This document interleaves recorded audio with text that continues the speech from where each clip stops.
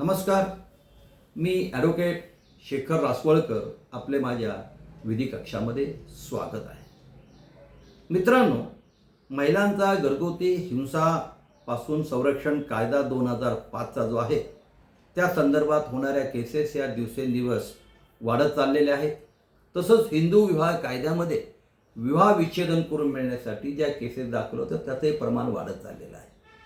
आणि हे आरोप करत असताना एक स्पेसिफिक ॲलिगेशन केलं जातं.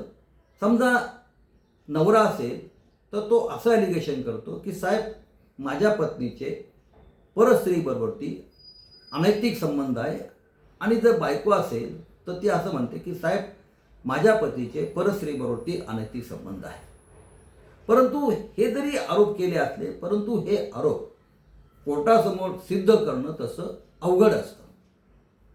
परंतु जर नवऱ्याने असा अर्ज केला की साहेब, माझ्या पत्नीचे परपुरुषाबरोबरती अनैतिक संबंध आहे आणि त्यांच्यामधला झालेला संवाद हा मी माझ्या मोबाईलमध्ये रेकॉर्ड केलेला आहे, त्याबद्दलचं माझ्याकडे मेमरी कार्ड आहे, कॉम्पॅक्ट डिस्क आहे, त्यामुळे आपण माझ्या पत्नीचा आवाज हा व्हेरीफाय करण्यासाठी फॉरेन्सिक डिपार्टमेंटकडे पाठवावा.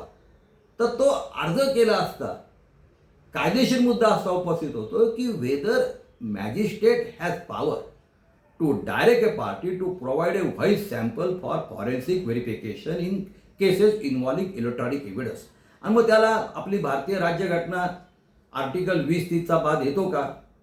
तर या संबंधीची नुकतीच एक केस औरंगाबाद उच्च न्यायालयामध्ये एकल खंडपीठाचे न्यायमूर्ती SP ब्रह्मे यांच्यासमोर होती. त्याचा क्रिमिनल रिट पिटिशन नंबर आहे 1782/24 9/5/25 रोजी, म्हणजे बरोबर वर्षापूर्वी निकाल झालेला आहे. आणि त्या पार्टीचं नाव आहे अभिजित शेळके विरुद्ध शुभांगी शेळके. त्या केसच्या थोडक्यात फॅक्ट अशा आहे की दोघांतही पारणे तालुक्यातील केस आहे. त्याचा फौजदारी चौकशी अर्ज नंबर 7523. त्यांना त्या विवाह संबंधापासून एक मुलगा होतो आणि दोघांमध्ये काही वर्षांनी वित्तुष्ट निर्माण होतं आणि साहजिकच ते एकमेकापासून वेगळे राहतात. मग ती बाई पत्नी त्या नवऱ्याच्या विरुद्ध पारनेर कोर्टामध्ये डोमेस्टिक व्हायलन्स खाली सेक्शन 12, 17, 18, 21, 22 खाली ती या कलमान्वये ती अर्ज करते. नवरा त्या केसमध्ये ॲपियर होतो आणि ॲपियर झाल्यानंतर तो आपला जबाब दाखल करतो. आणि जबाबामध्ये त्याचं स्पेसिफिक ॲलिगेशन असं असतं की साहेब, माझ्या पत्नीचे तिच्या प्रियकराबरोबरती अनैतिक संबंध आहे आणि त्यांचा झालेला संवाद मी माझ्या मोबाईलमध्ये रेकॉर्ड केलेला आहे आणि त्या संबंधीचं त्याचं जे मेमरी कार्ड आहे, जे कॉम्पॅक्ट डिस्क आहे, हे तो कोर्टासमोर सादर करतो. त्याला एक्झिबिट, ज्याला आपण निशाणी दिली जाते, पुन्हा तो 65B जे भारतीय पुराव्याच्या कायद्याप्रमाणे 65B सर्टिफिकेट देतो. पुन्हा जो तज्ज्ञ आहे, त्यातला एक्सपर्ट आहे, तो एव्हिडन्स तो तपासला जातो.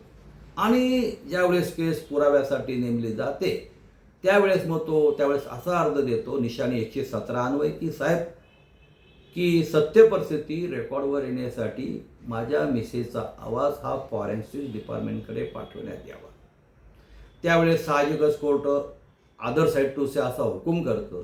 मग त्या बाईतर्फे असं लेखी म्हणणं दिलं जातं की साहेब, आता केस युक्तिवादाकरता दिलेली आहे, तोंडी पुरावा संपलेला आहे, केस लांबवण्याचा हेतू आहे. आणि दुसरं महत्त्वाचं म्हणजे याने माझ्या विरुद्ध जो फारकतीसाठी अर्ज केलेला असतो त्याच्यामध्ये हा मुद्दा कोर्टाने फेटाळला आहे. नवऱ्यातर्फे असा युक्तिवाद केला जातो की साहेब, हा एव्हिडन्स रेकॉर्डवर येणं अत्यंत गरजेचं आहे की जेणेकरून सत्य परिस्थिती रेकॉर्डवर येईल, याच्यामध्ये कायद्याच्या कुठल्याही प्रकारचं उल्लंघन होत नाही. आणि मग हायकोर्ट दोन्ही बाजूंचा शांतपणे विचार करतात, कागदपत्र तपासतात. कोर्ट प्रामुख्याने असा विचार करतं की यानं खाली कॉम्पॅक्ट डिस्क आणलेले आहे, मेमरी कार्ड आणलेलं आहे, 65B सर्टिफिकेट आणलेलं आहे, पुन्हा तो एक्सपर्ट तपासलेला आहे, त्याच्यामध्ये कुठल्याही प्रकारची छेडछाड झालेली नाही आहे, तो इंटॅक्ट आहे. आणि दुसरं महत्त्वाचं असं म्हणणं पडतं की त्याने त्या बाईचं जरी असं म्हणणं असलं की त्या डायव्हर्स ॲक्टमध्ये हा नाकार असा, तर कोर्टाचं असं म्हणणं पडतं की त्यावेळेस हा पुरावा रेकॉर्डवरती नसतो. मग अशा प्राप्त परिस्थितीमध्ये कोर्ट विचार करतं की अशा प्रकारच्या डायरेक्शन देता येईल का? तो कोर्ट म्हणतं हे जे डोमेस्टिक व्हायलन्स जो ॲक्ट आहे हा पूर्णपणे फौजदारी नाही आहे. इट ए क्वासी ज्युडिशियल, म्हणजे अर्धन्यायिक आहे, पूर्ण फौजदारी स्वरूपाचं नाही, याच्यामध्ये सिव्हिल स्वरूपाचं पण आहे. आणि अशा प्रकारचं जर डायरेक्शन दिल्या तर त्यांनी मग सर्वोच्च न्यायालयाचे काही त्या बाईतर्फे निर्णय दाखल होतात. कोर्ट सर्वांगीण विचार करतं आणि ते म्हणतं की जर अशा प्रकारचा आवाज दिला तर कुठल्याही प्रकारच्या 20(3)चं उल्लंघन होत नाही. कोर्ट त्याचा काळजीपूर्वक अभ्यास करतं आणि मग कोर्ट खालचा जो आदेश जो नामंजूर केला असतो तो कोर्ट अलाऊ करतं आणि त्याला त्या बाईला असं डायरेक्शन देतात की तिने तिचा आवाज विदिन 7 days हा तो रेकॉर्ड करावा, तो फॉरेन्सिक डिपार्टमेंट पाठवावा आणि त्याचा जो होणारा जो खर्च असतो हा मात्र पिटिशनरने तक्रारदाराने पोचावा.